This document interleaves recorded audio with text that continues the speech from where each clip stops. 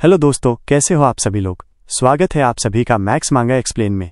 आज हम फिर से शुरू करने जा रहे हैं बुक ऑफ एस्पर का अगला एपिसोड। कहानी वही है, लेकिन हर दिन एक नया मोड़ लेकर आती है। तो बिना देर किए चलिए अब शुरू करते हैं आज के एपिसोड नंबर 790 और 791 का। फाल्कन एम्परर ने हाथ हिलाया और उसके शरीर से एक सुनहरा बाज निकला, जो ऊपर आसमान में उड़ता हुआ बड़ा और बड़ा होता गया, यहाँ तक कि उसने पूरे आकाश को ढक लिया। उसने अपने पंख फड़फड़ाए और ऊपर से सुनहरे पंख ऐसे बरसाए जैसे टूटते तारे। 1000 मील तक की जमीन पर गड्ढे हो गए। जमीन कांप उठी, हवा विकृत हो गई और उसकी दबंग शक्ति के आगे सब कुछ मिट गया। दोनों पक्ष समझदार थे। उन्होंने अपने लोगों को पीछे बुला लिया ताकि लाखों जानें बेकार न जाएं। यहां तक कि एक स्पिरिट किंग भी इससे नहीं बच पाता। सभी लोग इस तबाही को देखकर दंग और डरे हुए थे। अपनी किस्मत को शुक्रिया कह रहे थे कि वे जिंदा हैं। वे 8 एम्परर्स की ताकत से भी हैरान थे, जो किसी साधारण एम्परर से कहीं ज्यादा थी। सीनियर सिस्टर, मैं संगू चिंता से देख रही थी। तभी एक अजीब हंसी कानों में गूंजी। हा, फाल्कन एम्परर, शुरू में ही इंपीरियल मार्क का इस्तेमाल कर रहे हो? लगता है तुम पूरी ताकत झोंकने वाले हो। अचानक कहीं से घूमती हुई हवा आई, जिसने सारा धूल साफ कर दिया। सैकड़ों मीटर लंबी एक डंडी, जिस पर सुनहरी रोशनी और हल्की सी दिव्य खुशबू वाली पंखुड़ियां थीं, जमीन से ऊपर की ओर बढ़ने लगी। इस उजाड़ बैटलफील्ड में वो खिल उठी। उस पर इंचांटिंग एम्प्रेस बैठी थी, अपनी मोहक अदा और होठों पर हल्की मुस्कान के साथ। Imperial mark, heavenly jasper. Falcon emperor मुस्कुराया। मेरा असेंडिंग डिवाइन फाल्कन सोल आसमान पर राज करता है, जबकि तुम्हारा हेवनली जैस्पर सोल अनंत धरती में जड़ें जमाता है। ये तो जैसे हेवन और अर्थ की लड़ाई हो। इंचांटिंग एम्प्रेस बोली, हेवन और अर्थ साथ रहते हैं, जैसे यिन और यांग। भले ही विपरीत हों, फिर भी एक दूसरे को हरा नहीं सकते। लेकिन हम दोनों में से कोई तो गिरेगा ही। प्राचीन समय से हेवन ऊंचा और अर्थ नीचा है। गिरने वाली तुम हो, तो देख ही लेते हैं।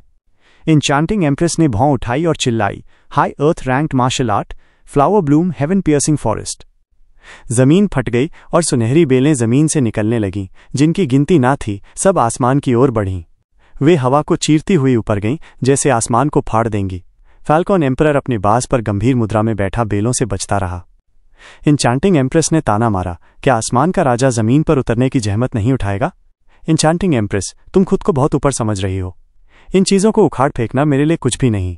फाल्कन एम्परर ने मुहर बनाई, high earth ranked martial art, divine elusive falcon, airborne hunt. ऊपर का सुनहरा बाज तेज रोशनी में फट पड़ा और उसके टुकड़े सुनहरी बिंदुओं में बदलकर चारों ओर फैल गए। वे सब छोटे छोटे सुनहरे बाज बन गए, लाखों की संख्या में। ऐसी कोई जगह नहीं बची थी जहां वे न हों। इंचांटिंग एम्प्रेस गंभीर हो गई और बेलों को अपने चारों ओर फैला लिया। हर तरफ धमाके गूंजे। उसकी मजबूत बेलें इन छोटे सुनहरे बाजों के वार सह नहीं पाईं। हर टकराव पर वे टूटने लगीं। फाल्कन एम्परर ने ताना मारा। सारी बेलें बिखर गईं, लेकिन इंचांटिंग एम्प्रेस का कहीं नामो निशान नहीं था। उसका इंपीरियल मार्क, हेवनली जैस्पर भी गायब था। तभी उसे जमीन में 1 मीटर चौड़ा अंधेरा गड्ढा दिखा। फाल्कन एम्परर बड़बड़ाया, फूल तो जमीन में रहते हैं, क्या ये धरती के नीचे छिप गई? धूल उड़ी और जमीन के नीचे से एक जड़ निकली, जो सीधे उसकी ओर आई। घातक खून की प्यास ने उसे झटका दिया और वो सहज रूप से बाज से कूद गया। एक दबा हुआ सा दर्दनाक स्वर गूंजा और उसका विशाल बाज चिल्लाया, क्योंकि वो आर पार हो गया था। फाल्कन एम्परर ने पीछे मुड़कर देखा और दंग रह गया। उसका आधा बाज गायब था और खून की बारिश करते हुए जमीन पर गिर रहा था। उसकी जगह एक विशाल डंडी खड़ी थी, जिसके सिरे पर एक खूबसूरत फूल था। लेकिन उस फूल में कांटे ही नहीं, दांत भी थे और खूनी जबड़ा भी, जो बाज के शरीर को चीर रहा था। उसका खून डंडी में बह रहा था, जिससे उसका रूप डरावना हो गया था। इंचांटिंग एम्प्रेस अब भी अपनी फूल पर बैठी थी। उसकी आंखों में हिकारत भरी मुस्कान थी। सोचा भी नहीं था कि हेवनली जैस्पर एक मांसाहारी है। फाल्कन एम्परर ने मुट्ठी भींची और हाथ लहराया। उसके पीछे सुनहरी रोशनी इकट्ठी होकर 300 मीटर लंबा सुनहरा बाज बन गई। इंचांटिंग एम्प्रेस, तुमने मेरे सवारी को मार दिया। अब मैं तुम्हें मछली की तरह चीरकर तुम्हारी सोल अपने डिवाइन फाल्कन को चढ़ाऊंगा। इंचांटिंग एम्प्रेस बोली, अगर तुम थोड़ी देर और करते तो 10th लेवल स्पिरिचुअल बीस्ट ही नहीं, कोई और भी मारा जाता। तुम वहां हार गए थे और अब भी बकवास कर रहे हो। चुप रहो इंचांटिंग एम्प्रेस, आज तुम्हें पंख पंख करके नोचूंगा। क्या कहा तुमने? इंचांटिंग एम्प्रेस गुस्से से भड़क गई। मैंने कहा तुम्हें नोचूंगा, मर जाओ। इंचांटिंग एम्प्रेस ने क्रोध में मुहर बनाई और उसकी मांसाहारी कुर्सी आसमान की ओर उछल पड़ी। जमीन उसके कंपन से कांपने लगी और हजारों बेलें भी निकलकर फाल्कन एम्परर की ओर लपकीं। फाल्कन एम्परर भी कम नहीं था। उसने गरजते हुए ऊंची बाज की चीख छोड़ी और अपने सुनहरे बाज के साथ नीचे झपटा। ऊपर का ब्लेजिंग सन उसकी मदद को आया और अपनी किरणों को लाखों आग के पंछियों में बदल दिया। आसमान मरोड़ खा रहा था, जमीन धंस रही थी। दोनों कल्टीवेटर्स की ताकत मौत की गंध बिखेर रही थी। सभी दर्शक इस जानलेवा लड़ाई को देखकर सिहर उठे। रुको! आवाज ने आसमान चीर दिया और दोनों ने हमला रोक दिया। स्थिति समझते हुए वो आदमी ये सोच भी नहीं सकता था कि दोनों अपने हमले खींच लेंगे। और चूंकि तुम रुक नहीं सकते, मैं खुद इन्हें संभालूंगा। 2 धमाके गूंजे और सभी चौंक गए। आसमान की चोटी से 2 सफेद स्वॉर्ड वेव नीचे गिरी, 100 मीटर लंबी, सीधे उन दोनों पर। उठती बेलें टुकड़ों में कट गईं और झपटता सुनहरा बाज बीच से कटकर रोशनी में बदल गया। 300 मीटर लंबी एक विशाल आकृति, जिसकी पीठ पर 18 तलवारें थीं, ने अपने दोनों बड़े हाथों से इंचैंटिंग एम्प्रेस के मांसाहारी फूल और फैल्कन एम्परर के सुनहरे बाज को पकड़ लिया। दोनों चिल्लाए, स्पिरिट बॉडी सोल एक सेंट। मैं हूं 6th सेक्रेड माउंटेन का सेंट ही शाओफेंग। उस विशाल रूप के सिर के बीचों बीच एक प्रतिष्ठित युवक खड़ा था जो उन्हें नीचे देख रहा था। मैंने सुना कि 8 एम्परर्स युद्ध करने जा रहे हैं, लोगों में अफरा तफरी मचाने, इसलिए मैं इसे रोकने आया हूं। अब बस करो। अगर मेरे वार तुम्हारे इंपीरियल मार्ग पर होते तो तुम्हारी सोल और शरीर दोनों कट जाते। दोनों ने दंग होकर झुककर कहा, धन्यवाद सेंट, आपकी दया के लिए हम हमेशा आभारी रहेंगे। बकवास बंद करो। हम तो आदेश पर आए थे कि 8 एम्परर्स से चर्चा करें, लेकिन लगता है तुम लोग तो सिर्फ लालच के लिए लड़ने वाले मूर्ख हो। ही शाओफेंग ने आदेश दिया, 1 महीने के अंदर तुम लोग स्वॉर्ड एम्परर के स्थान पर पहुंचो, वहां बात होगी। हे शाओफेंग ने उन्हें छोड़ा और गायब हो गया। दोनों एम्परर्स वहीं खड़े रह गए और एक दूसरे की आंखों में डर देख रहे थे। ये सेंट तो हमेशा एकांत में रहते हैं, ये बाहर क्यों आए? पिछली बार तो वे 9 सेरेनिटी सीक्रेट रिकॉर्ड्स के लिए बाहर आए थे, क्या इस बार भी वजह वही है? इंचैंटिंग एम्प्रेस का दिल बैठ गया। धत, अब एक और खजाने के लिए संघर्ष शुरू होगा। सेक्रेड माउंटेन्स भी कोई संत नहीं है। सोर्ड एम्परर और रेत एम्परर भी एक दूसरे से भयंकर लड़ रहे थे, जब एक बूढ़ा आदमी आकर उनकी बेकार की तबाही रोकता है और कहता है कि 8 एम्परर्स को इकट्ठा होना है।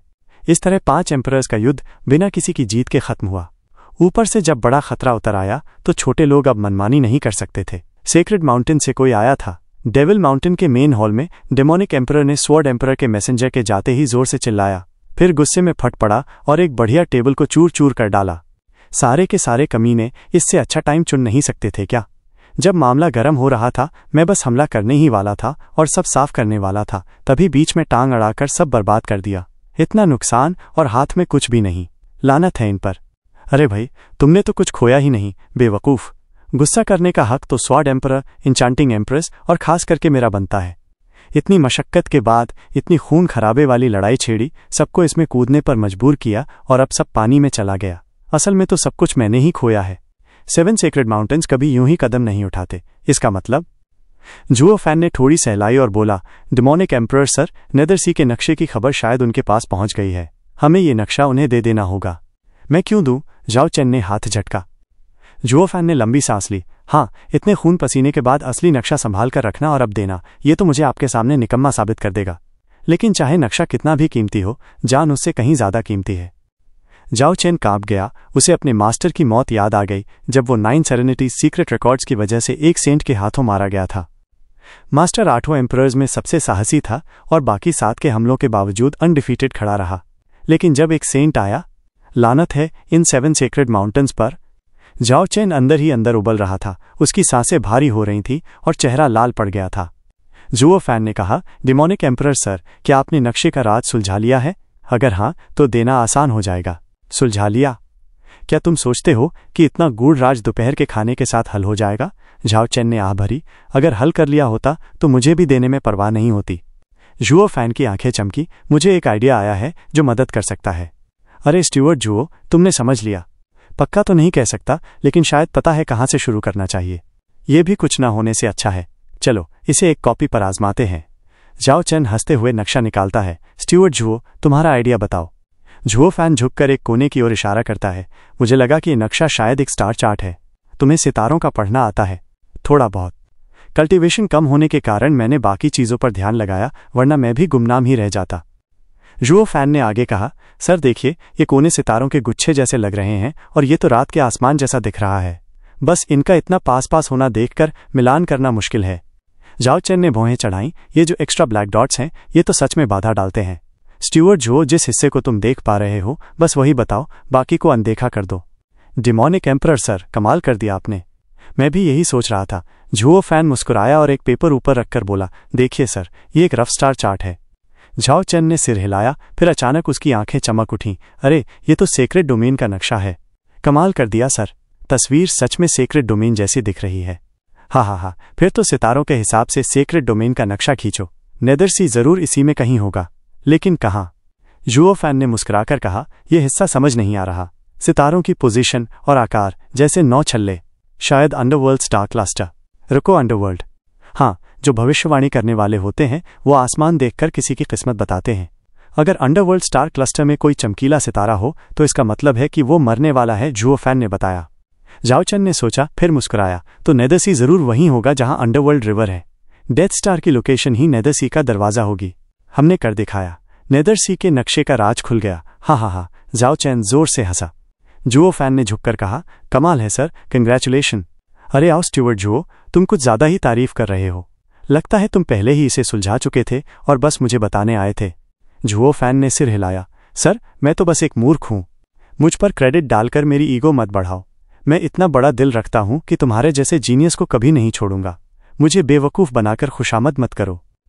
जाओ चैन मुस्कुराया, नक्शा अपनी अंगूठी में रखकर जुओ फैन के कंधे पर थपथपाया। जब मुझे नेदर सॉवरेन की कल्टीवेशन मेथड मिल जाएगी और मैं सेंट नहीं बल्कि सॉवरेन बन जाऊंगा, तब भी तुम मेरे साथ रहोगे, सबसे ऊपर। मैं तुम्हारी वफादारी कभी नहीं भूलूंगा। हा। धन्यवाद सॉवरेन। जुओ फैन झुक गया, मन ही मन हंसते हुए। चूंकि तुम नेदर सॉवरेन की लेगेसी चाहते हो तो ले लो, बस बाकी भी साथ ले जाना। हा। 1 महीने बाद 8 एम्परर्स अपने करीबी लोगों के साथ स्वॉर्ड एम्परर के महल में पहुंचे। मालिक होते हुए भी स्वॉर्ड एम्परर को अपना घर नहीं लग रहा था।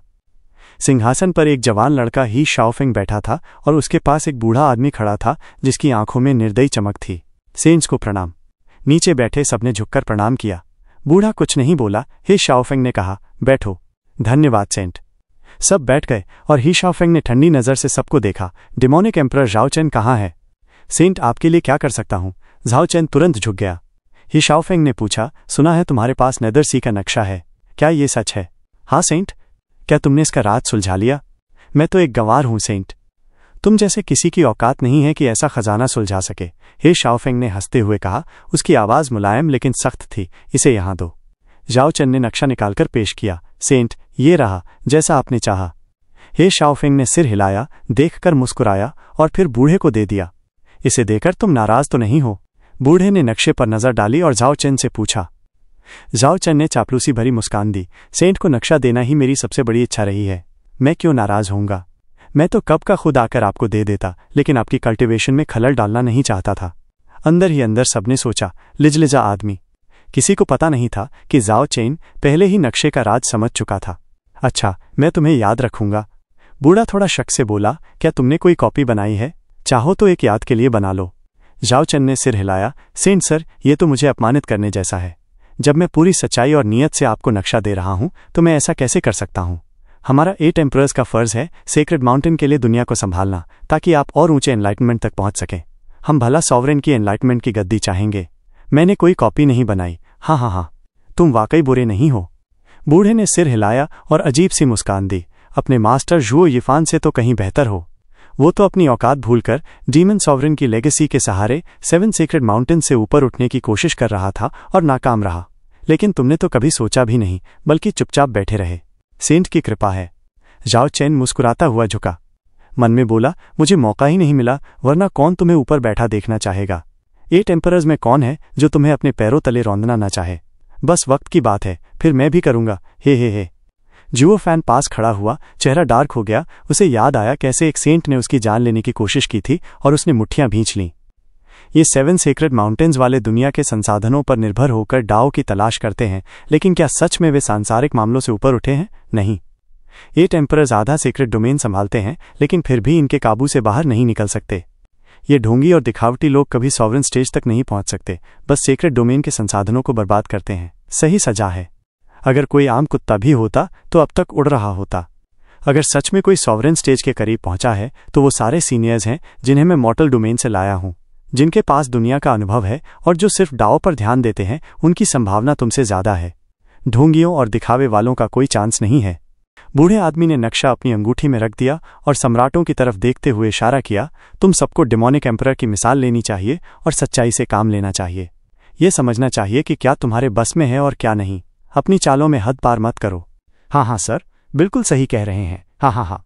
हंसते हुए और सिर हिलाते हुए इंचांटिंग एम्प्रेस और सोर्ड एम्परर का मन बैठ गया। उन्होंने रिपोर्ट दी, सर हमें डेमोनिक एम्परर से एक कॉपी मिली थी जो अब गैम्बलिंग एम्परर के पास है। अब इसे आपके फैसले पर छोड़ते हैं। बूढ़ा आदमी जानकार मुस्कान के साथ हंसा। गैम्बलिंग एम्परर का दिल सन्न हो गया और उसने पूरी इज्जत के साथ कॉपियां पेश की जैसा कि पूर्ण ताकत का हक था। सर ये रही उनकी कॉपियां। ठीक है। बूढ़े आदमी ने सांस भरी और उन्हें लेकर बस एक नजर डाली, फिर मुस्कुराया। तुम नेदरसी का नक्शा सबसे पहले रखने वाले थे क्या, और कुछ कहना चाहोगे? गैम्बलिंग एम्परर ने एक और सफेद कागज दिया। सर मैंने एक और कॉपी बनाई थी। गैम्बलिंग एम्परर, तुम 8 एम्परर्स में सबसे तेज दिमाग वाले हो। नेदरसी का नक्शा तुम्हारे पास इतने साल रहा, लेकिन एक शब्द भी बाहर नहीं गया कि वो तुम्हारे पास है। सर मैं आभारी हूं, लेकिन मेरा मतलब इसे छुपाना नहीं था। मैं तो बस इसका अध्ययन कर रहा था और नेदरसी की लोकेशन खोजने के लिए, ताकि उसे आपको पेश कर सकूं। गैम्बलिंग एम्परर बूढ़े आदमी की नजरों के नीचे कांपते हुए सफाई दे रहा था, लेकिन उसने बीच में ही काट दिया। बस काफी है। मैं अच्छी तरह जानता हूं तुम सबके दिमाग में क्या चल रहा है। एक सलाह है, ज्यादा चालाक मत बनो। तुम्हारे छोटे छोटे खेल सेक्रेड माउंटेन्स तक पहुंचे हुए हैं। मैं नहीं चाहता कि तुम्हारा अंजाम भी पुराने डेमोनिक एम्परर जैसा हो। 8 एम्परर्स ने सिर झुका दिया, इज्जत और डर दोनों से। सेंट्स की अवहेलना कोई नहीं कर सकता था। जुओ फैन की आंखें सिकुड़ गईं और अंदर से नफरत जल उठी। मामला खत्म हुआ, तुम जा सकते हो। मैं और हे शाओफेंग कुछ बातें करेंगे। ध्यान रखना कि 8 एम्परर्स में हाल में कुछ बदलाव हो सकते हैं और तुम्हें इसका अंदाजा होना चाहिए। बूढ़े आदमी की इस बात ने सबको गंभीर कर दिया। क्या 8 एम्परर्स में बदलाव का मतलब है कि हमें कोई बदलने वाला है? सबने झुककर सलाम किया और चले गए। ही शाओफेंग को कुछ याद आया और उसने पुकारा, इंचांटिंग एम्प्रेस रुको। इंचांटिंग एम्प्रेस ने बाकी लोगों की ओर देखा और वो अकेली रह गई दोनों सेंट्स के साथ। झुककर बोली, सर आज्ञा। इंचांटिंग एम्प्रेस, तुम 8 एम्परर्स में से एक हो जिसे मेरे पिता ने तैयार किया था। हे शाओफेंग ने उंगली हिलाई, पिता तुम्हें सबसे ज्यादा भरोसा करते हैं। वो मामला क्या हुआ जो तुमने 100 साल पहले पिता को बताया था? इंचांटिंग एम्प्रेस मुस्कुराई और सिर हिलाया, सर चिंग अच्छी है। तो क्या तुम्हें अब एक मुलाकात तय नहीं करनी चाहिए? ही शाओफेंग की आंखें चमक उठीं।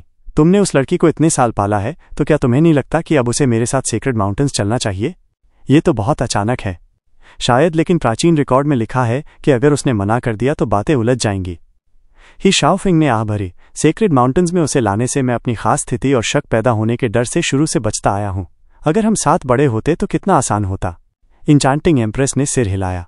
बूढ़ा आदमी मुस्कुराया, शाओफेंग चिंता मत करो। सेक्रेड माउंटेन्स के छठे सेक्रेड माउंटेन के यंग लॉर्ड के लिए किसी लड़की का ध्यान खींचना क्या मुश्किल है? क्या मैं सही हूं इंचांटिंग एम्प्रेस? उहा हा। इंचांटिंग एम्प्रेस ने सिर हिलाया, लेकिन मन में उलझन थी। वो तो पहले की बात थी, अब तो लड़की किसी और के करीब होती जा रही है। शायद नहीं, फिर भी ये काम हो जाएगा। वो लड़का सेक्रेड माउंटेन्स के ऊंचे यंग लॉर्ड के सामने कुछ भी नहीं। सातों एम्परर हॉल से बाहर निकले और इकट्ठा होकर सोचने लगे कि आखिर इंचांटिंग एम्प्रेस को क्यों रोका गया था। भले ही आपस में उनका टकराव आम बात थी, यहां तक कि पिछले महीने ही युद्ध हुआ था, लेकिन सेक्रेड माउंटेन्स के सामने सब एकजुट होकर अपनी स्थिति पर चर्चा करने लगे।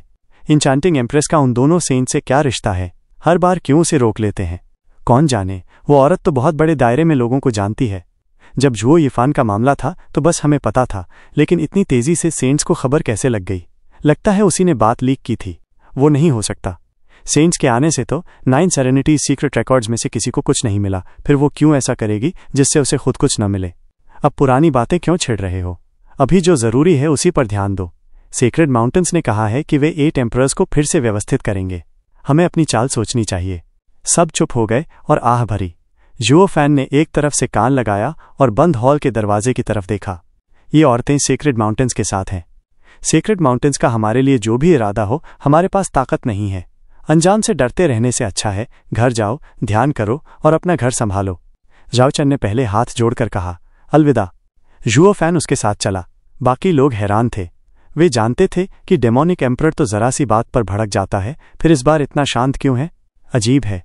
गैम्बलिंग एम्परर ने उन्हें जाते हुए देखा और आंखों में चमक आई। जरूर कुछ चल रहा है। शायद उन्हें सेक्रेड माउंटेन्स के फैसले की परवाह ही नहीं। ये तो हो ही नहीं सकता।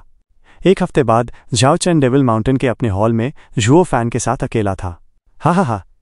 सेक्रेड माउंटेन्स, एक बार मैंने नेदर सॉवरेन की साधना की जगह ढूंढ ली और उसकी विरासत पाली तो वे कुछ भी नहीं रहेंगे। सेक्रेड माउंटेन्स के कब्जे वाला ये युग खत्म हो जाएगा। अब मेरा राज शुरू होगा। जाओचन ने उत्साहित होकर कहा, स्टीवर्ट जुओ, फौरन सबसे वफादार लोगों को जुटाओ और मेरे साथ नेदर सी की खोज पर चलो।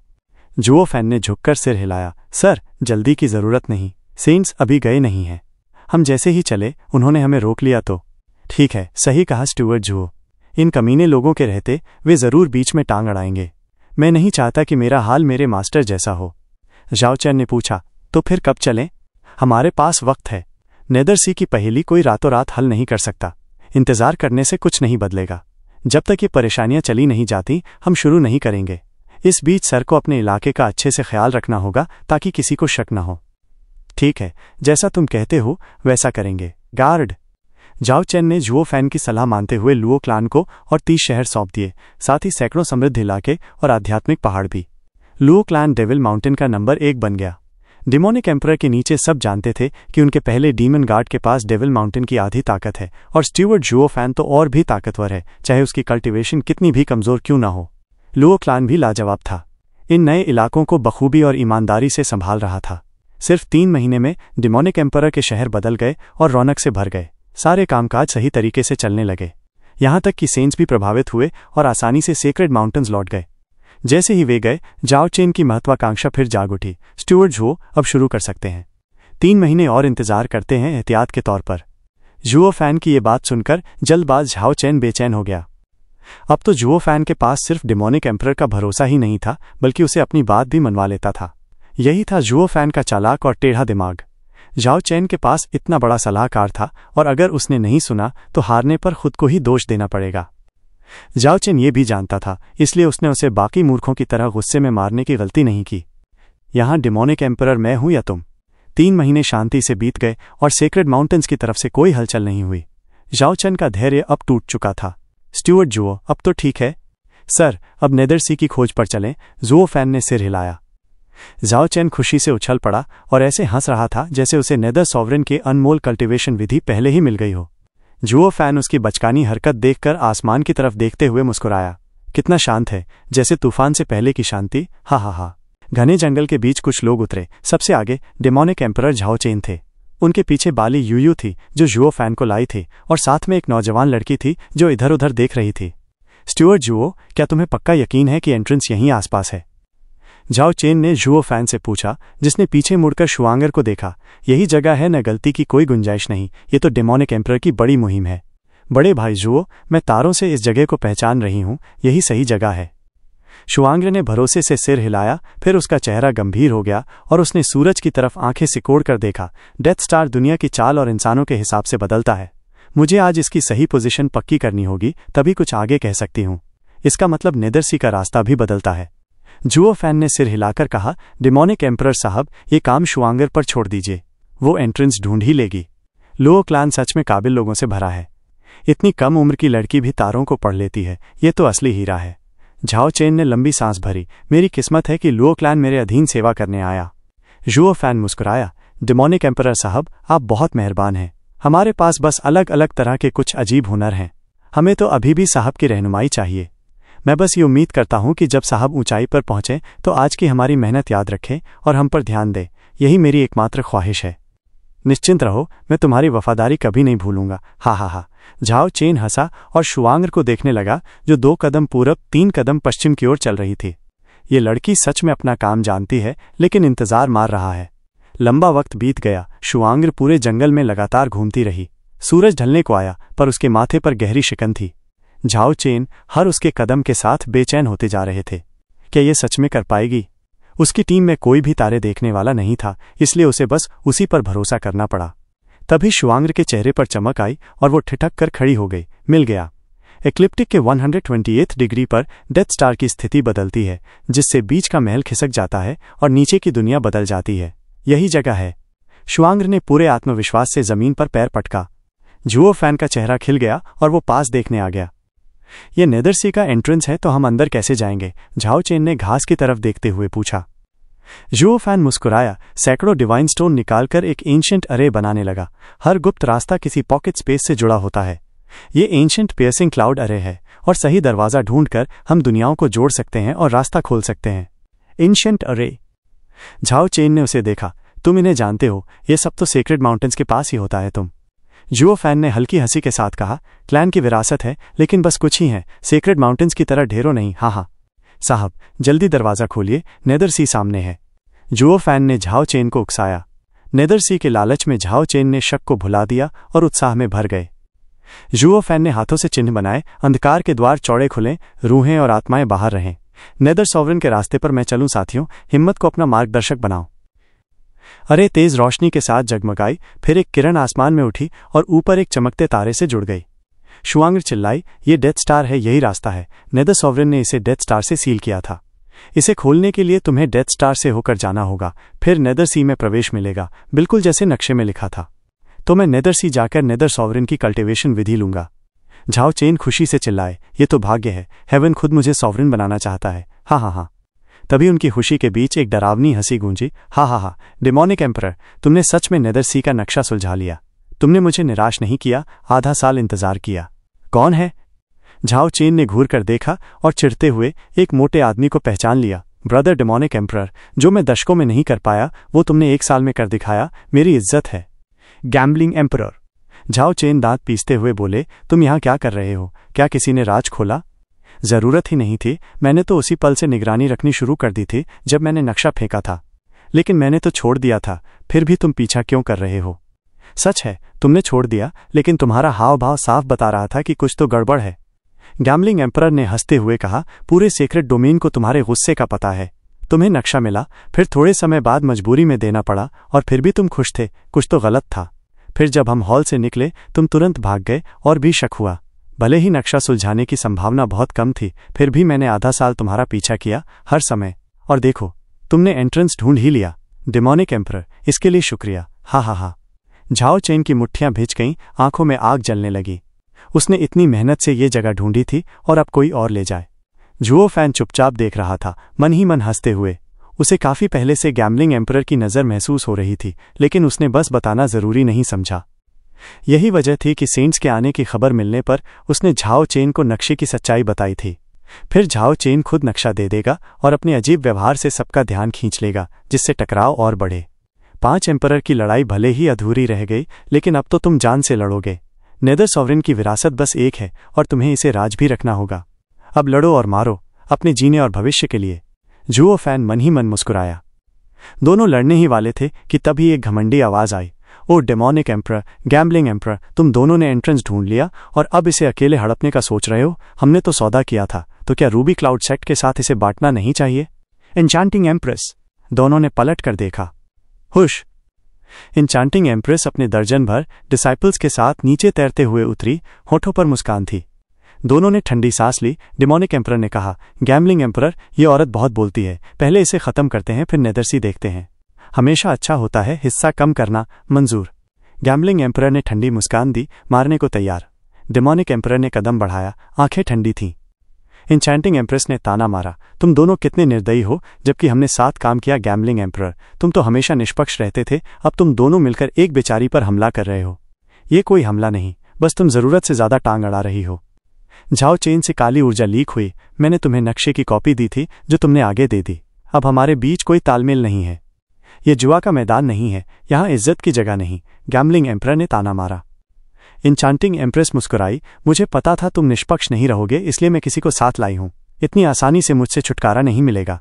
दोनों के चेहरे उतर गए, दिल बैठ गया। ये चुड़ैल मदद लेकर आई है। कौन स्वॉर्ड एम्परर है? अरे लड़के, अभी भी मेरी जूनियर सिस्टर को पाने का बेवकूफ सपना देख रहा है तो अब हकीकत देख ले, उसके पास पहले से आदमी है। फांग में आकर जुओ फैन का मजाक उड़ाने लगी। जुओ फैन का चेहरा सख्त हो गया। तभी 2 जाने पहचाने चेहरे सामने आए। एक थी छू किंगचेंग और दूसरा था युवा सेंट हे शियाओफेंग।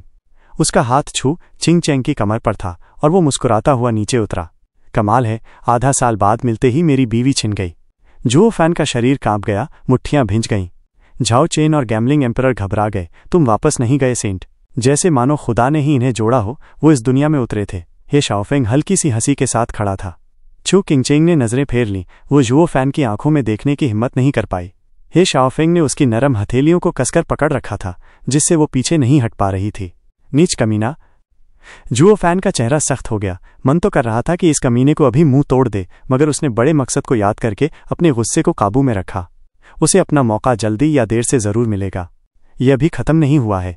तुम्हें मुझसे मिलकर खुश नहीं दिख रहा? हा हा हा। दोनों नीचे उतरे तो ही शाओफेंग ने ताने मारते हुए कहा, मैं कुछ दिनों से रूबी क्लाउड सेक्ट में ठहरा हुआ था। मिस किंग चेंग मुझे इतनी प्यारी लगी कि मैंने अपने सीनियर अंकल को वापस भेज दिया। क्या तुम्हें मेरे आने से कोई आपत्ति है? दोनों ने तुरंत झुककर कहा, कभी नहीं। तो फिर इस मुद्दे पर वापस लौटते हैं। ही शाओफेंग ने रोशनी के खंभे की तरफ देखते हुए कहा, डिमोनिक एम्परर, गैम्बलिंग एम्परर, बताओ ये तुम लोग यहाँ क्या कर रहे हो? ये आखिर है क्या? घमंडी बदमाश। उनके पास झुकने के अलावा और कोई चारा नहीं था। डिमोनिक एम्परर ने बोलना शुरू किया, सेंट, सीक्रेट माउंटेन्स को नक्शा देने से मेरी वफादारी साबित नहीं होती थी, इसलिए मैंने पिछले 6 महीने तक खूब सोच विचार किया और आखिर नेदर सी का एंट्रेंस खोज निकाला। मेरा इरादा बस ये था कि आप लोगों के आने से पहले जितने भी खतरे हों मैं उन्हें दूर कर दूं और आपका रास्ता साफ कर दूं। ओह, मतलब बिना नक्शे के ही खोज लिया? डिमोनिक एम्परर, तुम्हें सलाम। ही शाओफेंग की आवाज में तीखा मजाक था। झाओ चैन ने आगे कहा, सीक्रेट माउंटेन्स के लिए मेरी गहरी श्रद्धा और उनके लिए काम करने की मेरी लगन ने ही मुझे हिम्मत और आशीर्वाद दिया, वरना मेरे जैसे छोटे दिमाग वाले के बस की बात नहीं थी। हाँ हाँ हाँ, शाबाश कुत्ते। ही शाओफेंग ने ताना मारा, तुम अपने मास्टर के आखिरी डिसाइपल होना। मैं तुम्हारे मास्टर को कभी देख नहीं पाया, लेकिन सुना है कि पुराना डिमोनिक एम्परर सेंट्स के सामने भी घमंडी था, खुद को सबसे ऊपर समझता था।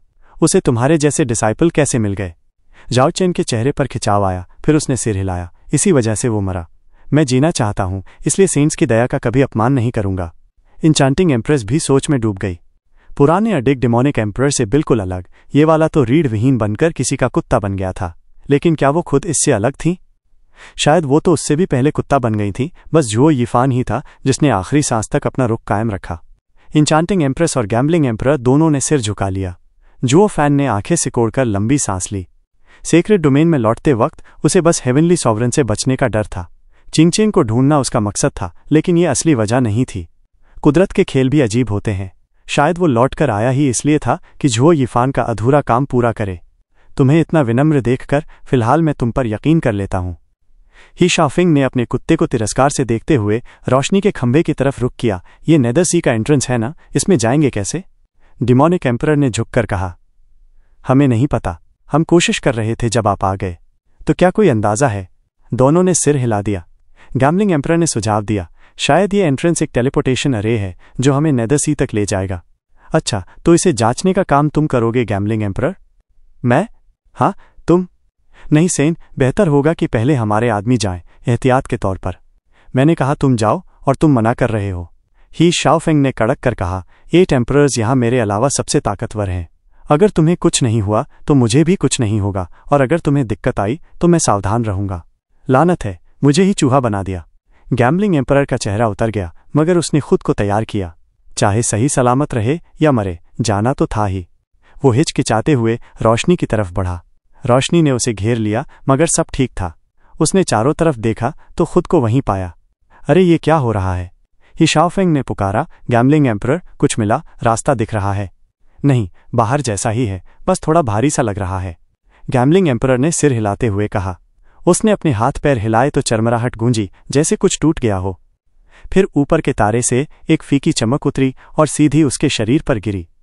एक पल में गैम्बलिंग एम्परर के बाल सफेद हो गए, उसका मोटा शरीर सूखकर हड्डी हो गया, चेहरे पर झुर्रियां पड़ गईं। गैम्बलिंग एम्परर घबरा गया और बाहर भागने को हुआ, मगर जैसे ही पैर उठाया उसका पूरा शरीर धूल में बदल गया, यहां तक कि कपड़े भी बिखर गए। सबके मुंह से हैरानी में सांस निकली, यहां तक कि ही शाओफेंग भी चौंक गया। कुछ ही पलों में वो बूढ़ा होकर मर गया, सबके सामने। सबके रोंगटे खड़े हो गए। ही शाओफेंग कांपते हुए झाओ चैन पर बरसा, डिमोनिक एम्परर, ये क्या बला है? पक्का ये नेदर सी का एंट्रेंस है? सेंट, मुझे पूरा यकीन है, लेकिन अंदर जाने के लिए शायद एक टेस्ट से गुजरना पड़ेगा। झाओ चैन ने जुओ फैन की ओर देखा। स्टुअर्ट जुओ, ये क्या था? वो बस अंदर गया और धूल में बदल गया। जुओ फैन ने गंभीर होकर सोचना शुरू किया। श्वांगर की आंखें चमक उठीं और उसने ऊपर तारे की तरफ इशारा किया, ये डेथ स्टार है। नेदर सी में घुसने वालों पर यह अपनी डेथ एनर्जी बरसाता है, जिससे उनकी हड्डियों तक में मौत भर जाती है। इसी वजह से वो ऐसे मरा जैसे हजारों साल का बुढ़ापा एक साथ आ गया हो, यहां तक कि हड्डियां भी सड़ गईं। मतलब एंट्रेंस पर भी टेस्ट है? ही शाओफेंग ने सिर हिलाया और ठंडे स्वर में कहा, नेदर सॉवरन का सीट ऑफ एनलाइटमेंट वाकई अद्भुत है, कोई भी वहां नहीं जा सकता।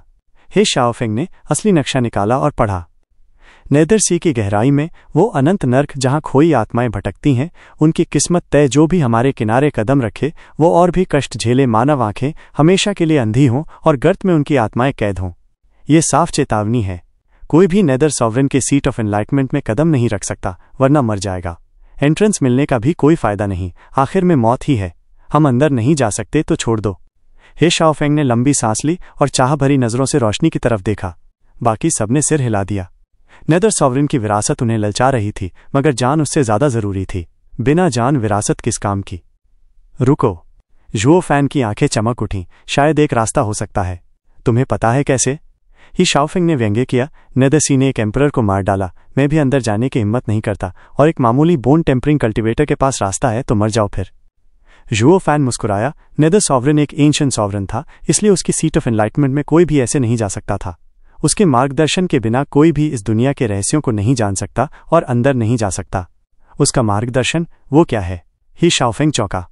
जुओ फैन ने नक्शे की तरफ इशारा किया। अभी तुमने इसे पढ़ा नहीं? ये तो किसी को अंदर न आने की चेतावनी है। सच्चा योद्धा मौत के डर से पीछे नहीं हटता। जहां तुम्हें चेतावनी दिख रही है वहीं मुझे न्योता नजर आ रहा है। जुओ फैन हंस पड़ा। नेदर सॉवरेन ने हमें अंदर जाने का रास्ता दिखा दिया है। सबके चेहरे पर हैरानी जम गई। कहाँ लिखा है ये? कहीं इसका जिक्र नहीं है। जुओ फैन ने कहा। नेदर सॉवरेन ने अपनी कविता में साफ लिखा है कि खोई हुई सोल नेदर सी में भटक सकती है, वरना दिखते ही नष्ट कर दी जाएगी। इसीलिए गैम्बलिंग एम्परर की इतनी भयानक मौत हुई थी। सबने सिर हिलाया। तुम्हारा मतलब है सिर्फ मरे हुए लोग ही अंदर जा सकते हैं? ही शाओफेंग ने भौं उठाई। जब मर ही गए तो फायदा क्या? जुओ फैन ने सिर हिलाया। नेदर सॉवरेन ने कहा है कि जिंदा शरीर अंदर नहीं जा सकता, वरना मर जाएगा, लेकिन उसने ये नहीं कहा कि अंदर जाते ही मौत हो जाएगी। खोई हुई सोल का मतलब है शरीर त्याग कर नेदर सी की तरफ बहना। शरीर त्यागना मतलब क्या? इसका मतलब है सोल शरीर छोड़कर अंदर जा सकती है, जुओ फैन ने दृढ़ता से कहा। सब थोड़ी देर चुप रहे। ये बहुत खतरनाक था। अगर जुओ फैन से जरा सी भी गलती हो गई तो सबकी मौत तय थी। ही शाओफेंग गंभीर होकर जुओ फैन की तरफ इशारा करता है। ये तुम्हारा आइडिया है तो जाकर टेस्ट करो, खुद जाकर देखो। बाली यूयू ने पीछे से गुस्से में कहा। जुओ फैन ने उसे रोकने की कोशिश की। जुओ फैन ने हल्की सी क्रूर मुस्कान दी। माफ करना, लेकिन सोल को बाहर भेजने के लिए कम से कम इथीरियल स्टेज चाहिए। मैं तो बोन टेम्परिंग स्टेज में हूं, ये नहीं कर सकता। हा। तो फिर तुम जाओ। हे शाओफेंग ने बाली यूयू पर झल्लाकर कहा। ज्यादा बोल रही हो तो तुम जाओ। बाली यूयू फटने को तैयार थी। उसे रोकने वाली बस यही बात थी कि हे शाओफेंग की ताकत उसकी कल्पना से परे थी। जुओ फैन ने आभरी। अच्छा, मैं खुद जाऊंगा। यूयू, तुम पीछे हटो। क्या ये तुम्हारे लिए मुमकिन है? मुझे अभी अपने क्लान की सीक्रेट आर्ट याद आई है, जिससे मैं बोन टेम्परिंग स्टेज में भी सोल ड्रिफ्ट कर सकता हूं। जुओ फैन ने शैतानी मुस्कान दी। ये सब सेंट की याद दिलाने का नतीजा है, वरना मैं भूल ही गया था।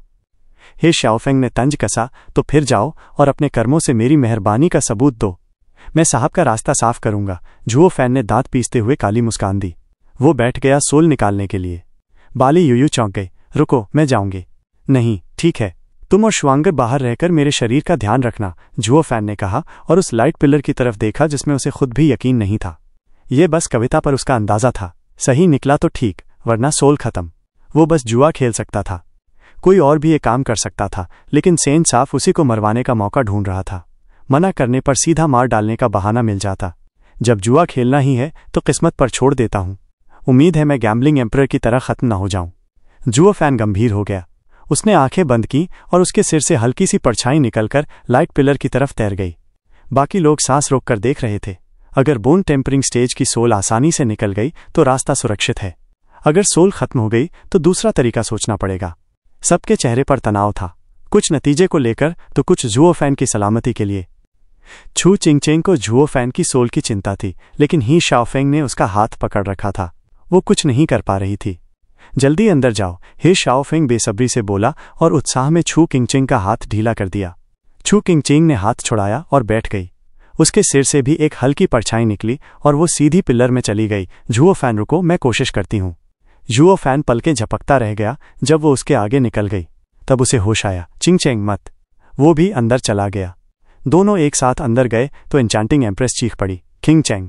अब उन्हें बचाने का कोई तरीका नहीं था। कोई और अंदर नहीं गया, बस लाइट पिलर को देखते रहे। तभी एक लहर सी उठी और पिलर आसमान से जुड़ गया। ऊपर डेथ स्टार चमक उठा और दोनों सोल ऊपर उठते हुए एक पल में गायब हो गए। सोल बच गई और टेलीपोर्ट हो गई। जाओ चेन खुशी से चिल्लाया, स्टुअर्ट जू की थियोरी सही निकली। नेदर सी में जाने के लिए शरीर छोड़ना पड़ता है। हा। स्टुअर्ट जू सच में जीनियस है जिसने ये पहेली सुलझा दी। अब हम नेदर सी में सुरक्षित जा सकते हैं। बाली यूयू ने राहत की सांस ली। उसे नेदर सी से कोई मतलब नहीं था, बस जुओ फैन से था। एन्चांटिंग एम्प्रेस और बाकी लड़कियां खुश हो गईं। सेंट, अब कोई दिक्कत नहीं, हम अंदर जा सकते हैं। ही शाओफेंग बहुत खुश था। फिर उसने डेमोनिक एम्परर के ग्रुप की तरफ देखा। डेमोनिक एम्परर, मेरे साथ चलो। इंचांटिंग एम्प्रेस, तुम यहीं रहो और मेरे शरीर का ध्यान रखना। इंचांटिंग एम्प्रेस घबरा गई, लेकिन यंग मास्टर ही इन्हें क्यों साथ ले जा रहे हैं? मैं भी नेदर सी जाना चाहती हूँ। इंचांटिंग एम्प्रेस, ही शाओफेंग गर्जा, तुम मेरे पिता की हो और मैं तुम पर सबसे ज्यादा भरोसा करता हूँ। डेमोनिक एम्परर बहुत चालाक है, मैं उसे अपने साथ ले जा रहा हूँ ताकि उसकी चालों पर नजर रख सकूं। तुम पीछे रहो और उसके लोगों को संभालो, ये सबसे सुरक्षित तरीका है। मेरे पिता का भरोसा मत तोड़ना। इंचांटिंग एम्प्रेस ने सिर झुकाया। यंग मास्टर सब सोच समझकर करते हैं। और वो जुओ फैन, हे शाओफेंग की आंखों में हत्या की चमक थी। तुम सही कह रही हो। किंगचेंग को उसकी परवाह है, वो उसके लिए खतरे में चली गई। अगर वो बच गया तो किंगचेंग को रोकता रहेगा, भले ही वो सिर्फ बोन टेम्परिंग कल्टीवेटर ही क्यों ना हो। सर, आप चाहते हैं मैं नेदरसी के अंदर ही उसकी जान ले लूंगा? नहीं, ऐसा मत कीजिए। इंचांटिंग एम्प्रेस ने समझाया, किंगचेंग के पसंदीदा को मार दोगे तो शायद उसका दिल कभी तुम्हारा ना हो। किंगचेंग का दिल जीतना तुम्हारी योजना के लिए जरूरी है। मुझे पता है, उसका दिल उसके आदमी से ज्यादा जरूरी है। मैं इतना आवेगी नहीं हूं। ही शाओफेंग ने खींचकर हाथ हिलाया। हम्फ, लेकिन नेदरसी इतनी खतरनाक है, वहां उसके साथ छोटा सा हादसा हो सकता है। बस किंगचेंग को कभी पता न चले। इंचांटिंग एम्प्रेस ने सिर हिलाया। मैं यंग मास्टर पर छोड़ती हूँ, बस छुपाकर करना। तुम सोचते हो मुझे ये नहीं पता? हे शाओफेंग ने नाक से हवा निकाली, फिर उसकी सोल सबके सामने बाहर निकली। डेमोनिक एम्परर, जल्दी मेरे साथ चलो। जाओ चेन ने उसका इरादा समझ लिया और बाली यूयू को इशारा किया कि सतर्क रहे, फिर खुद भी सोल निकालकर उसके पीछे चला गया। दोनों लाइट पिलर में दाखिल हुए और गायब हो गए। दोनों ग्रुप उनके शरीर की रखवाली में लग गए। 2 लाइट पिलर चमके और उनमें से एक आदमी और एक औरत निकले। छू किंगचेंग ने खुद को देखा और चौंक गई। हम अपने शरीर के साथ अंदर आ सकते हैं। मुझे लगा सिर्फ सोल जा सकती है। क्या तुम जानते थे? मेरी सोल एक सफेद कमल है। मुझे लगा तुम पहचान नहीं पाओगे। हम यिन बॉडीज में हैं, शायद इसलिए कि हम नेदर सॉवरेन की एनलाइटमेंट वाली जगह में हैं। जुओ फैन उसके पास आकर आह भरते हुए बोला, पगली, मेरे लिए क्यों खतरा मोल लिया? अगर मेरी थियरी गलत निकलती तो तुम्हारी मौत तय थी। छू किंगचेंग ने अपना सिर झुका लिया, थोड़ी घबराई हुई बोली, मैं तो बस बिना सोचे समझे तुम्हारे लिए किसी भी खतरे को उठाने चली गई थी। नतीजे की परवाह नहीं थी, चाहे मेरी मौत ही क्यों न हो जाती। हा, तुम बिल्कुल नहीं बदली। उसे गले लगाते हुए जुओ फैन ने मुस्कुराकर उसकी पीठ सहलाई। छू किंगचेंग उसके कंधे पर सिर टिकाकर बस उसके आलिंगन में सुकून से लेटी रही, फिर अचानक चौंक कर बोली, तुम गलत मत समझना। गलत क्या समझना? जुओ फैन ने हैरानी से उसे देखा। छू किंगचेंग थोड़ी झेप गई। वो हे शियाओफेंग, मुझे नहीं पता क्यों एक सेंट होकर रूबी क्लाउड सेक्ट में आते ही मुझ पर डोरे डालने लगा। मैंने तो उसे कह भी दिया था कि मेरे पास कोई है। छू किंगचेंग हकलाने लगी, उसके गाल और लाल हो गए। जुओ फैन ने चुटकी ली। छू किंगचेंग ने बस चुपचाप सिर हिला दिया, फिर उदासी से बोली, वो आदमी मेरी भावनाओं की परवाह ही नहीं करता, रोज परेशान करता है, जैसे अभी उसने मेरा हाथ पकड़ा था और छोड़ ही नहीं रहा था, और तभी तुम्हें यहां मिला। तो मैं बस यही कह रही हूं कि गलत मत समझना, हमारे बीच कुछ नहीं है। मुझे पता है। उसके बाल सहलाते हुए जुओ फैन ने मुस्कुराकर कहा, मैंने पहले ही कहा था, तुम मेरी हो, मगर स्वामित्व के भाव से नहीं। मैं हमेशा मानता हूं कि तुम्हारे दिल में भी मेरे लिए वही जगह है। इसी वजह से मैंने कभी शक नहीं किया, कभी गलत नहीं समझा। तुम्हें कुछ भी सफाई देने की जरूरत नहीं है। उसकी ये बात सुनकर छू किंगचेंग का दिल गर्माहट से भर गया। उसने उसे और कसकर गले लगा लिया और संतुष्ट होकर मुस्कुराई। जुओ फैन, धन्यवाद, ये तो मेरा फर्ज है। जुओ फैन ने उसकी पीठ थपथपाई, मगर भीतर से उसके मन में खून की प्यास उठने लगी। ये सेंट इतना दीवाना क्यों है? जरूर किसी चीज के पीछे है। बाहर उसकी सेंट शक्ति के सामने उसे मारना नामुमकिन है, बिना सबूत छोड़े, मगर नेदरसी में कौन जानेगा? उसकी आंखें ठंडी चमकने लगीं। हे शियाओफेंग ने सोचा भी नहीं होगा कि जिस कीड़े को वो नेदरसी में कुचलना चाहता है, वही कीड़ा उसके लिए योजना बना रहा है। अगर वो जान लेता तो हंसते हंसते पागल हो जाता। एक बोन टेम्परिंग कल्टीवेटर एक सेंट को मारे, हा, मैं वहीं बैठा रहूं और वो मुझे छू भी न पाए। मगर इस कीड़े का डंक सबसे अलग है। मुझे नहीं पता था कि नेदरसी अब मोहब्बत की जगह बन गया है। एक बूढ़ी आवाज लहरों के साथ आई। दोनों चौंक गए। उन्होंने देखा एक बूढ़ा आदमी पीठ पर बांस की टोकरी लिए किनारे पर टहल रहा था। आवाज धीमी थी, फिर भी दोनों ने साफ सुनी। जुओ फैन की भौं हिली। अजीब है, मुझे नहीं पता था यहां कोई रहता है। नेदरसी में सिर्फ भटकी हुई आत्माएं घूमती हैं। यहां कोई इंसान नहीं, बस आत्माएं। बूढ़े ने कान हिलाकर मुस्कुराया, या फिर तुम दोनों इंसान हो? छू किंगचेंग ने ठुड्डी ऊपर उठाई। बिल्कुल। इंसान के पास आत्मा को रखने के लिए शरीर होता है, इस वजह से यहां आना नामुमकिन है। यहां सिर्फ भटकी हुई आत्माएं हैं, चाहे वो जानवरों की हों या इंसानों की। असल में आत्माएं नहीं, बल्कि भूत। बूढ़ा हंसा। तुम दोनों को अभी एहसास नहीं हुआ कि तुम मर चुके हो। जिनकी मौत युद्ध में हुई या जिन्होंने खुद को उड़ा दिया, उनकी आत्मा के टुकड़े नेदरसी में धीरे धीरे जुड़ जाते हैं और यादें खो जाती हैं, मगर वक्त के साथ यादें लौट आती हैं। जल्दी क्या है? हा। झुओ फैन ने उसकी बात सोची। मतलब आत्मा के बिखरने पर भी नेदरसी में वापस जुड़ सकते हैं? उसने पूछा, सीनियर, क्या हर टूटी आत्मा यहां बन सकती है? हर बार नहीं। नेदरसी अनंत नहीं है और उतनी ही आत्माओं को रख सकता है। ये किस्मत पर निर्भर है। बूढ़ा सिर हिलाकर बोला, किस्मत वाले आत्मा के टुकड़े यहां आकर बस एक उम्मीद पाते हैं जीने और पुनर्जन्म की। नेदरसी नेदर सॉवरेन के अधिकार में है। वो कुछ को बचा सकता है, मगर सबको नहीं। हर जीव का स्वभाव है नष्ट होना, और पुनर्जन्म कमाई हुई चीज है। मरे हुए को रोष नहीं रखना चाहिए, यही नियम है। दोनों ने सिर हिलाया। हाँ, जीना कई तकलीफें देता है जिससे रोष पैदा होता है। क्या नेदर सॉवरेन की साधना की जगह इस रोष को मिटाती है? सुना है नेदर सॉवरेन जीवन और मृत्यु पर अधिकार रखता है। जैसे यमराज से डरते हैं, मगर शायद वो सच में दया और प्रेम से भरा व्यक्ति हो। तुम दोनों बच्चे कैसे मरे? अगर पार जाना चाहते हो तो मैं नाव दे सकता हूं। नेदरसी पार करना? झुओ फैन चौंका। बूढ़े ने सिर हिलाया।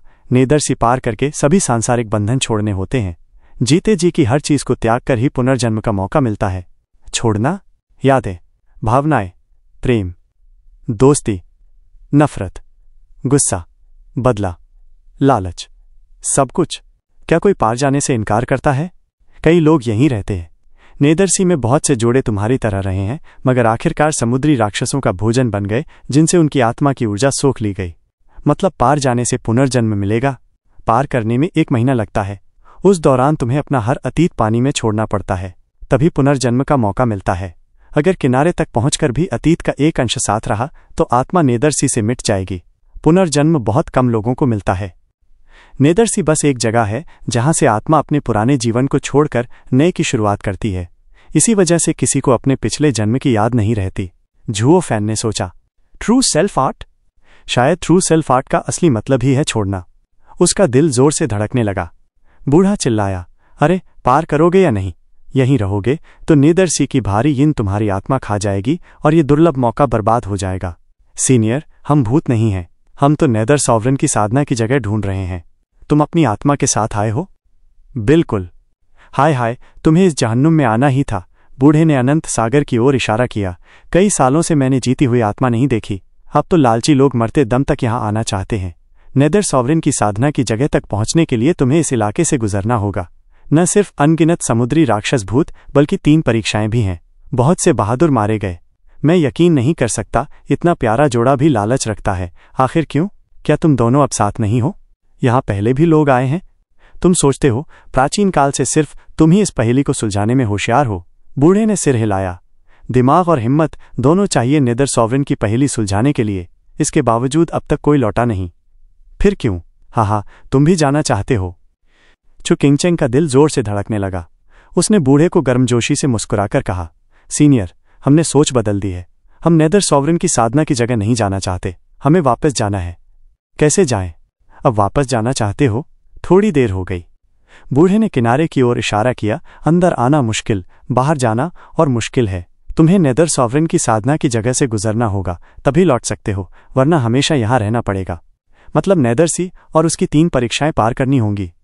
तुमने खुद ये चाहा था, अब मुझे दोष मत देना, बूढ़े ने कहा। झुओ फैन ने मुस्कुराकर उदास छू किंगचेंग से कहा, कोई बात नहीं, जब तक हम साथ हैं और कुछ मायने नहीं रखता। हम पहले भी इस तरह की मुश्किल से गुजरे हैं ना? छू किंगचेंग ने सिर हिलाया और हिम्मत बटोरी। फिर बुजुर्ग से कहा, क्या आप हमें नेदर सॉवरेन की साधना की जगह तक पार करा सकते हैं? अरे कहाँ गए? बूढ़ा गायब हो चुका था। उसकी आवाज दूर से आई, मैं तो बस भूतों को पार कराता हूं जो यहां आने के लिए नियति में हैं। उनसे कोई मतलब नहीं। अगर ऊपर वाले ने चाहा तो फिर मुलाकात होगी। हा। उसकी तेज हंसी हर ओर गूंज रही थी, मगर वो कहीं नजर नहीं आ रहा था। सीनियर, क्या आप हमें इग्नोर कर रहे हैं? चू छिंगछेंग ने बेबसी में आवाज लगाई, मगर जवाब में सिर्फ सन्नाटा था। झुओ फान ने कंधे उचकाए। वो मरे हुओं के पास आता है, जिंदों के पास नहीं। वो तो हमें बस तब ले जाएगा जब हम आखिरी सांस लेंगे। हा। और क्या एक्सपेक्ट कर सकती हूं ऐसे डरावने आदमी से? मुझे उसकी मदद की जरूरत नहीं। क्यों? तुम्हें तो फिर से जन्म लेने का मौका मिलेगा।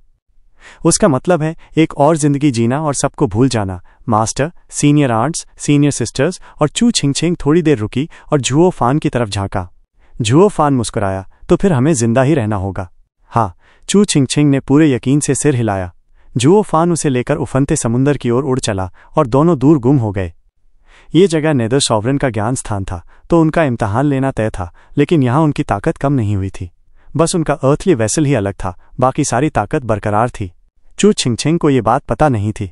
वो हैरानी से देख रही थी। तुम यहाँ उड़ भी सकते हो? शायद नेदर सी की वजह से मुझे बहुत हल्का महसूस हो रहा है। बाहर तो मैं उड़ ही नहीं सकता था, वरना मैं भूत बन जाता। हा हा हा। चू छिंगछिंग ने भी उड़ना शुरू कर दिया और अब उसे कोई फर्क नहीं पड़ा। तभी समुंदर से एक जोरदार दहाड़ आई और एक फ्लड ड्रैगन लहरों को चीरता हुआ आया, जिसने मुंह खोलकर दोनों को निगल लिया। अगले ही पल उन्हें चारों तरफ अंधेरा नजर आया। वो उसके पेट में थे। फिर वो पानी में डूब गया और आराम से तैरने लगा। बाकी सारे सी बीस्ट्स रास्ता छोड़कर दूर हट गए। कुछ देर बाद अचानक फ्लड ड्रैगन तड़पने लगा। एक धमाका हुआ और समुंदर का पानी फट गया। उसके पेट के अंदर से काला आग का शोला निकला, जिसने उसका पूरा अंदरूनी हिस्सा कोयले में बदल दिया। जुओ फान चू छिंगछिंग को लेकर बाहर निकला। उसकी आंखों में गहरी ब्लैक फ्लेम जल रही थी। जुओ फान, तुम तो कमाल के हो। ये तो 10th स्टेज का स्पिरिचुअल बीस्ट था और तुम इसे ऐसे खत्म करके बाहर आ गए। कैसे किया? और ये ब्लैक फ्लेम क्या थी? शायद सोल बनने से मैं और ताकतवर हो गया हूं। मुझे खुद भी कोई आइडिया नहीं। चू छिंगछिंग ने उसे देर तक देखा, मगर फिर छोड़ दिया। ये बोन टेम्परिंग कल्टिवेटर नेदर सी में आकर और भी ताकतवर हो गया था और उड़ भी सकता था। अगर भूत बनने से ताकत बढ़ जाती है तो क्यों न मैं भी। तभी चारों तरफ से गर्जन सुनाई दी और नेदर सी उबलने लगी। अनगिनत स्पिरिचुअल बीस्ट्स आ गए, हर 1000 मीटर से भी बड़ा, और सबने दोनों को घेर लिया। चू छिंगछिंग के चेहरे पर डर छा गया।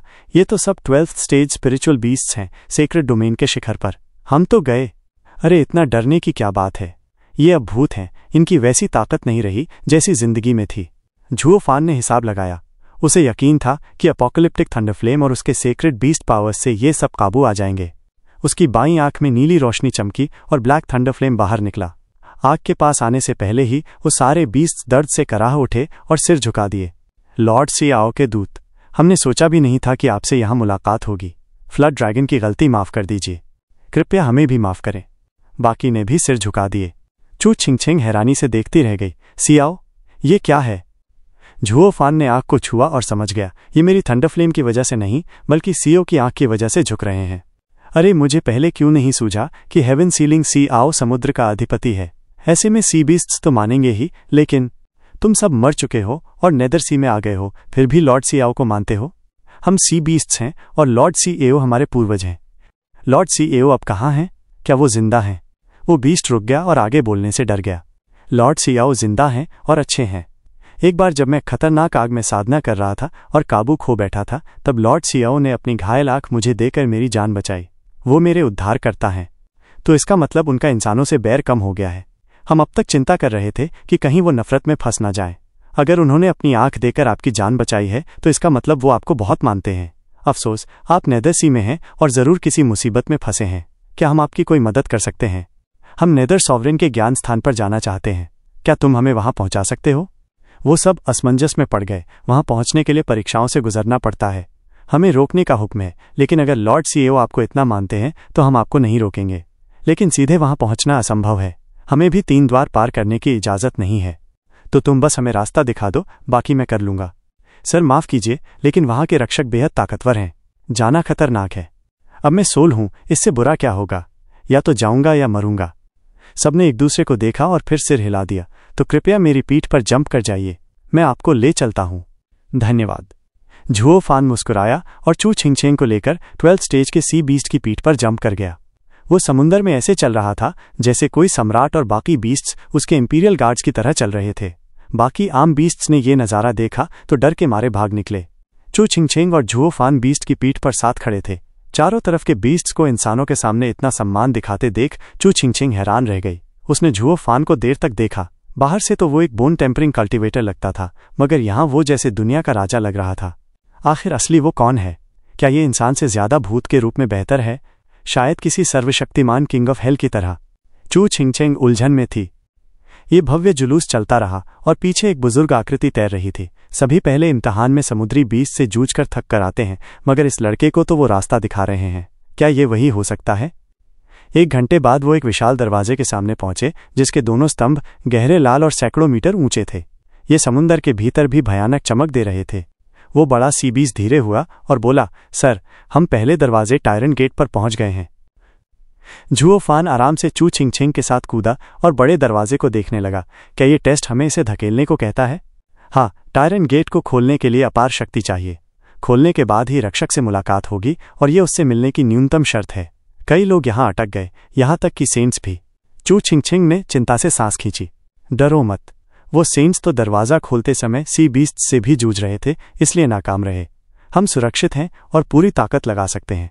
झुओ फान ने उसे ढाढ़स बंधाया और दरवाजे को धकेलने चला गया। दरवाज़ा चरमराया मगर हिला तक नहीं।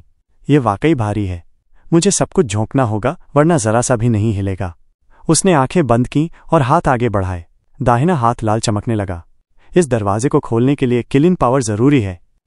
सोल होने के बावजूद उसका अपने शरीर से संबंध बरकरार था और वो किलिन की ताकत ले सकता था, जैसे वो अपोकलिप्टिक थंडरफ्लेम आई की आग ले सकता था। नेदरसी के बाहर झुओ फैन एक रोशनी के खंभे के पास पालथी मारकर बैठा था। उसका दाहिना हाथ तेज लाल चमक रहा था, जिससे आसपास की हवा तक गर्म होने लगी थी। इंचांटिंग एम्प्रेस पास खड़ी होकर जिज्ञासा से देख रही थी। बाली यूयू और शुआंग्र के चेहरे पर गंभीरता छा गई। बाली यूयू ने धीरे से शुआंग्र से कहा, अजीब है, ये बार बार डोल रहा है और कांप रहा है। अंदर कुछ बुरा हुआ क्या? मैं अंदर जाकर मदद करती हूँ, तुम इस पर नजर रखना। शुआंगर ने इंचांटिंग एम्प्रेस को एक सतर्क नजर से देखा और सिर हिला दिया। बाली यूयू बैठ गई और उसके शरीर से एक परछाई निकली, जो पलक झपकते ही उस खंभे में समाकर नेदरसी की ओर निकल गई। नेदरसी के तल में टायरन गेट के सामने झुओ फैन का दाहिना हाथ तेज लाल चमक रहा था। जैसे ही उसने पूरी एकाग्रता के साथ अपना हाथ उस भारी दरवाजे पर दे मारा, उस ताकत से हजारों मील तक का पानी उबलने लगा। ऊपर सतह तक लहरें ऊंची उठीं और समंदर के ऊपर भयंकर हवाएं बहने लगीं। गहरे नीचे कई गुफाएं उस झटके से टूट फूट गईं। छोटे छोटे समुद्री बीस्ट डरकर इधर उधर भागने लगे, मगर वो विशाल दरवाजा जरा भी नहीं हिला। झुओ फैन ने उस बड़े पत्थर के फाटक को घूरा और उसकी आंखों में दृढ़ता आ गई। उसने फिर से कमर कस ली, उसका दाहिना हाथ और तेज चमकने लगा और उसने पूरी ताकत लगा दी। नेदरसी की बर्फीली गहराई में होने के बावजूद उसके माथे पर पसीना आ गया। इतनी कोशिशों के बाद भी दरवाजा तनिक भी नहीं खुला। छू किंगचेंग बेचैन हो उठी। वो मदद करना चाहती थी, लेकिन उसका नाजुक शरीर भले ही जेनेसिस स्टेज में हो, इतने बड़े पत्थर के सामने पंख के बराबर था। झुओ फैन थककर हाफते हुए पीछे हट गया और पसीना पोंछते हुए बोला, रहने दो, ये दरवाजा इतना मोटा है कि सिर्फ ताकत से इसे खोला ही नहीं जा सकता। अब क्या करेंगे? छू किंगचेंग ने पूछा। अगर फर्स्ट ट्रायल भी पार नहीं कर पा रहे तो क्या वापस चले जाएं? झुओ फैन हंसा। नेदर सॉवरेन ने यह ट्रायल रखा है, लेकिन अगर खोलना मुश्किल है तो इस प्रॉब्लम को टाल देना ही सही रहेगा। ट्रिक। झुओ फैन ने हल्की मुस्कान के साथ उस बड़े दरवाजे को घूरा। उसकी दाहिनी आंख में काले लपटें चमकने लगीं। अपोकलिप्टिक थंडरफ्लेम आए। तेज धमाके के साथ काली लपटें दरवाजे पर पड़ीं और उसमें 2 मीटर ऊंचा छेद हो गया, जैसे कोई चूहा किसी के घर में अपनी राह खुद बनाता है। समुद्री बीस्ट चौंक गए और झुओ फैन को हैरत से देखने लगे। लॉर्ड सीएओ ने वाकई एक कमाल के इंसान को चुना है। ये दरवाजा आज तक कभी नहीं खुला था अब तक, लेकिन गार्डियन इस तरीके को क्या मानेगा? एक 12th स्टेज का समुद्री बीस्ट गंभीरता से बोला, साहब, अंदर गार्डियन है। आप पहले इंसान होंगे जो उसे देखेंगे। शुभकामनाएं। धन्यवाद। झुओ फैन ने बीस्ट की ओर झुककर सलाम किया और हैरान सी खड़ी छू किंगचेंग का हाथ पकड़कर अंदर चला गया। उनके जाते ही बाकी बीस्ट आपस में बातें करने लगे। क्या पहले दरवाजा धक्का देकर खोलना जरूरी नहीं था इस ट्रायल को पास करने के लिए? क्या ये तरीका चलेगा? न्याय की परवाह किए बिना ये तो गार्डियन पर है कि वो क्या मानता है। अग्रणी बीस्ट ने आह भरते हुए कहा, मुझे यकीन नहीं हो रहा कि कोई इसमें छेद भी कर सकता है। जब मैं यहाँ आया था तो टकराते टकराते खुद को चोट पहुंचा ली, फिर भी एक दरार तक नहीं पड़ी। अब देखो, लॉर्ड सीएओ का दूत वाकई गजब का है। बाकी बीस्ट ने सिर हिलाया, लेकिन उनकी ये प्रशंसा ज्यादा देर नहीं टिकी, क्योंकि उस जले हुए छेद से एक गरजती आवाज आई, किसने हिम्मत की मेरे दरवाजे में छेद करने की? तुमने नियम तोड़े हैं और अब इसकी सजा पाओगे। उफ! बीस्ट चिंतित हो गए। लगता है ये तरीका वाकई गलत था। साहब को यहां से गुजरना अब और भी मुश्किल होगा। एक खाली और विशाल हॉल में बस एक सड़ी हुई कुर्सी रखी थी। उस पर एक 40-45 साल का भारी भरकम गुस्सैल चेहरा लिए आदमी बैठा था। घनी दाढ़ी, मूछें और आंखों में गहरी नाराजगी। वो सामने खड़े दोनों लोगों पर बरस पड़ा। चू किंगचेंग डरकर पीछे हटी, जबकि झुओ फैन ने झुककर सलाम किया। सीनियर, हम ये ट्रायल पास करने आए हैं, लेकिन नेदर सॉवरेन के खजाने या विरासत के लिए नहीं, सिर्फ जीने के लिए। आपका प्रॉब्लम है और मेरा उसका हल। इस दरवाजे से गुजरकर यहां पहुंचना मतलब आधा हल तो मिल ही गया। तरीका मायने क्यों रखता है? मैं भी परवाह नहीं करता, लेकिन अगर तुमने इसे इज्जत के साथ किया होता तो मुझे पार करना आसान होता। फिर उस बड़े आदमी ने हल्की सी मुस्कान दी, लेकिन तुमने ट्रिक का सहारा लिया जिससे अब मुझे पार करना और भी मुश्किल हो गया। कभी कभी ट्रिक से प्रॉब्लम सुलझाना सबसे गलत विकल्प होता है, खासकर गंभीर हालात में, समझे? जुओ फैन ने हल्का सा सिर झुकाया। सुना तो सही, लेकिन समझा नहीं। फिर से झुककर बोला, सीनियर, तो फिर आपको कैसे पार करें? मुझे हरा दो। बड़ा आदमी दोनों को देख हंसा। अगर तुमने दरवाजा धक्का देकर खोला होता तो मुझे हराना आसान होता, लेकिन अब हा। तो अब क्या? जुओ फैन गरज उठा, सिखाइए सीनियर। वो बिजली की तरह उसकी ओर लपका। उसका किली नाम तेजी से चमक रहा था, लेकिन अगले ही पल वो किसी अदृश्य ताकत से टकराकर पीछे जा गिरा, कई बार हवा में पलटे खाते हुए। बड़ा आदमी अब भी कुर्सी पर बैठा था, बस 2 उंगलियां उठाए, उसकी ओर तिरछी नजर से देखता हुआ। ये कैसे हो सकता है? जुओ फैन चौंक गया और उसका दिल बैठ गया। उसका हमला तो बस एक परख था, इसीलिए उसने किले नाम इस्तेमाल किया, बाकी खतरनाक वार या चालें नहीं। लेकिन ये नतीजा चौंकाने वाला था। वो अपनी बाह की ताकत बहुत अच्छी तरह जानता था, यहाँ तक कि सेंट भी इसकी मार से बचना चाहे, लेकिन ये आदमी बस एक हल्के से झटके में उसे उड़ा देता है, और वो भी सिर्फ ताकत के बल पर। जुओ फैन का चेहरा गंभीर हो गया। वो इस कठिन ओपोनेंट को हराने का तरीका सोचने लगा। छू चिंग चेंग बिजली सी उसके सामने आ गई और ठंडी ताकत से उसके सीने पर वार किया। किंग चेंग मत! जुओ फैन चिल्लाया। तुम उसका मुकाबला नहीं कर सकती, उसे नाराज मत करो। लेकिन तब तक देर हो चुकी थी। बड़े आदमी ने उसे एक नज़र देखा और बोला, लड़की, इसमें मत पड़ो। उसकी आवाज़ तूफान बनकर उठी और छू किंग चेंग को पल भर में आंखों से ओझल कर दिया। जुओ फैन चीख उठा, चिंग चेंग, कहाँ भेज दिया उसे? तेरे गंतव्य पर, नेदर सॉवरेन के सीट ऑफ एनलाइटमेंट में। बड़ा आदमी हंस पड़ा, मैं कितना अच्छा हूं ना। चूंकि तुम्हें ट्रिक पसंद है तो ये लो, सीधे तुम्हें मंजिल पर भेज रहा हूं बिना ट्रायल्स पार किए। बस ये कहना मुश्किल है कि जब वो लड़की वहां पहुंचेगी तो उसके साथ कैसा बर्ताव होगा। हाँ। जुओ फैन का दिल बैठ गया। उसने मुट्ठियां भींच लीं और उसकी दाहिनी आंख में सुनहरी आभा फैल गई। Divine eye of the void का पहला स्टेज, शिफ्ट। वो पलक झपकते ही बड़े आदमी के सामने पहुंच गया। उसकी दाहिनी आंख में अब 2 गोल घेरे चमक रहे थे और बाईं आंख में काली थंडर फ्लेम जल रही थी। Divine eye of the void, दूसरा stage, thunder flame void annihilation. खतरनाक लपटें सांपों की तरह बड़े आदमी की ओर लपकीं, इतनी कम दूरी पर कि बचना नामुमकिन था। तो गाइस, इसी के साथ आज का एपिसोड यहीं पर खत्म होता है। अगर आपको कहानी पसंद आया हो तो एक प्यारा सा कमेंट और वीडियो को लाइक जरूर कर देना। और हाँ, सब्सक्राइब करके जुड़ जाओ मैक्स मांगा एक्सप्लेन से। बेल आइकन भी ऑन कर लेना ताकि कोई भी अपडेट मिस ना हो। कल फिर मिलेंगे अगले एपिसोड के साथ। तब तक के लिए अपना ख्याल रखना। जय हिंद।